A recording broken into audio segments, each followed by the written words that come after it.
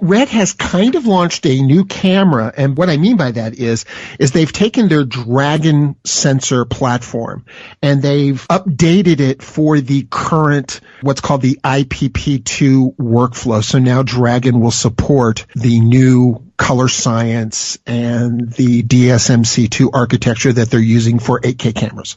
But it's only a 5K model. It can shoot at up to 960 frames per second and 5K from a Super 35 millimeter Dragon sensor, and it gives users the ability to use DSMC2 accessories on their Dragon platform. So it's a really, really big deal. So where does this fit into Red's product line? Earlier this year, Red moved to simplify their overall product catalog by limiting it solely to DSMC2 product models. And if you had anything before that, you could get them upgraded, but they've stopped selling like the old Red Dragon, the old Red Epic, and even the pre-DSMC2 Red Weapon have all gone away.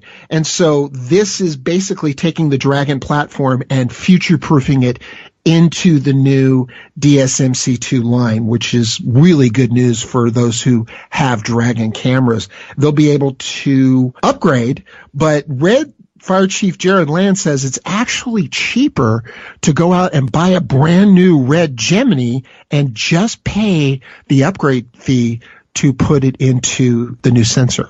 Okay, that's Red. What's our second story? NVIDIA has launched what may be their most powerful Titan GPU yet again. This is the latest model GPU coming out of the Turin line of video cards, and it is a pure beast. So much so that the Titan RTX is nicknamed the T-Rex. It offers 576 Turing tensor cores, which basically translates to 130 teraflops of performance. It has 24 gigabytes of DDR6 RAM, and I'm going to hold off for a second here, Ray. Remember when graphic cards had megabytes of RAM? And now we have 24 gigabytes of DDR6 RAM. Plus it handles over 672 gigabytes per second of bandwidth and an additional 100 gigabytes per second through NVIDIA's NVLink software. And you can daisy chain two of these cards together for even bigger performance. Oh, my goodness. Well, who is this chip designed for? Well, looking at the spec sheet of this GPU, you can tell that NVIDIA designed it with 8K and virtual reality workflows in mind.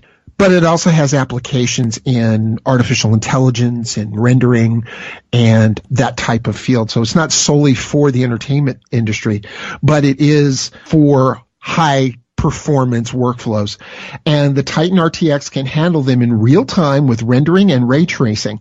And at around $2,300, it is well within range of the price point for production companies looking to boost their editing rigs. It's really a bargain. All right. Well, that's Red and NVIDIA. What's our third story? Well, Small HD has updated the monitor firmware on the vast majority of their line of on-camera monitors. The OS 3.3 update features HDMI metadata, more aspect ratios, and a vlogging selfie mode. Everything, it's always about you, Larry. It automatically calibrates without the need to connect to a computer. Also, in this time, Small HD is in the midst of their 12 Days of Focus giveaway, giving users a chance to win one of 12 Small HD Focus monitors. And you can go to smallhd.com to sign up. James, this is a firmware upgrade. Yes, it is. And one of the happy problems with the gear acquisition syndrome that comes along with the digital camera revolution is that users have to upgrade their firmware to get great new features and fixes. So users are well advised to always be on the lookout for a new firmware update. All right. James, what other stories are you following this week? Other stores we're following, Burns & Sawyer, the venerable rental house in the San Fernando Valley, is having a huge surplus inventory auction before downscaling to a smaller facility in Burbank. Full-frame mirrorless cameras have finally made the big time with a new feature-length horror film shot on the Sony A7 Mark II. And starting next week, we'll have our annual Yuletide Buyer's Guides to get your favorite filmmaker something nice for the holidays.